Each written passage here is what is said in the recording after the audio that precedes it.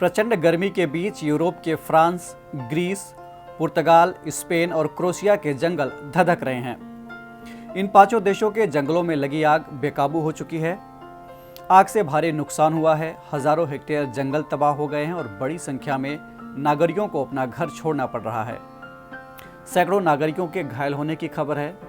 आग पर काबू पाने के लिए हजारों दमकलकर्मी दिन रात लगे हुए हैं।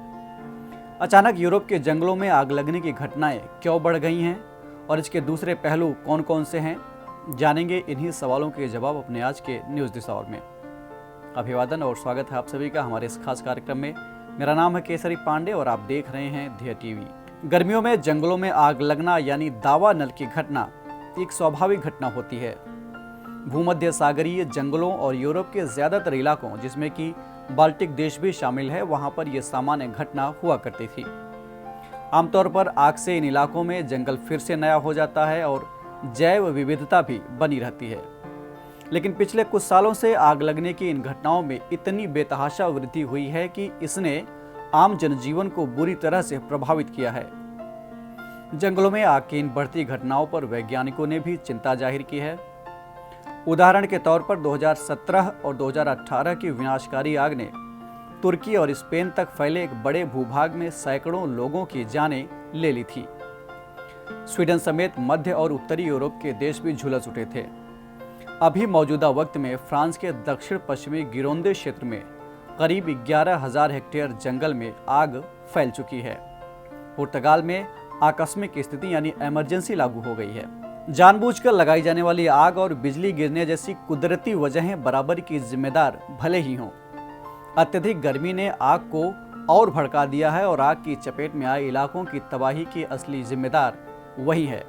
दावानल की इन बढ़ती घटनाओं पर विशेषज्ञों ने अपनी राय जाहिर करते हुए कहा है कि वैश्विक तापमान में बढ़ोतरी से यानी ग्लोबल वार्मिंग से पूरी दुनिया में आग के लिए मुफीद मौसमी स्थितियों का निर्माण हो रहा है। जलवायु परिवर्तन उन परिस्थितियों को बढ़ावा देता है जो आग की स्थिति पैदा करते हैं। बारिश का कम होना, तापमान का बढ़ना और गर्म हवाओं द्वारा जंगल के झाड़ झंकाड़ की नमी सोख लिया जाना, इससे आग लगने की संभावना बढ़ जाती है। इस संकट को और भी गहरा बना देते हैं जर्जर वन प्रबंधन और कभी कभी कुदरती जंगलों का ओवर प्रोटेक्शन यानी उन्हें बचाने की अति। ओवर प्रोटेक्शन को एक उदाहरण के जरिए समझते हैं। इटली के शहर पेस्कारा में चीड़ के जंगल मौजूद हैं।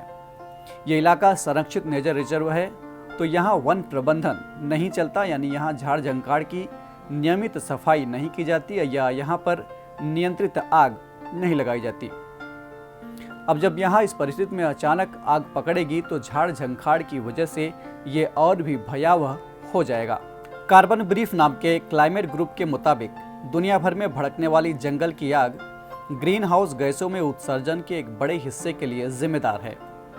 खराब और दूषित हवा से दुनिया भर में हर साल तकरीबन 30 लाख आकस्मिक मौतें हो जाती हैं, जिनमें से 5 से 8% मौतों की वजह ये आग ही है।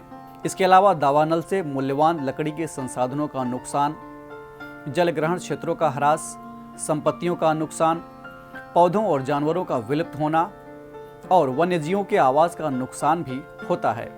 वनावरण में कमी के कारण कार्बन डाइऑक्साइड को सोख लेने वाले प्राकृतिक पर्यावरण यानी कार्बन सिंक में कमी आती है, जो जलवायु के लिए और भी ज्यादा विनाशकारी हो सकता है। सवाल उठता है कि इसका उपाय क्या होना चाहिए। इसके लिए विशेषज्ञ मानते हैं कि जंगल में जो संरक्षित क्षेत्र हैं वहां पर नियमित रूप से साफ सफाई किया जाना चाहिए। साथ ही कंट्रोल्ड फायर यानी नियंत्रित आग की नीति भी अपनाई जानी चाहिए। लोगों को इस बारे में जागरूक करने के साथ साथ आग से निपटने के लिए पुख्ता उपाय किए जाने चाहिए। और सबसे महत्वपूर्ण बात, जलवायु परिवर्तन को लेकर नितांत रूप से सजग होने की आवश्यकता है।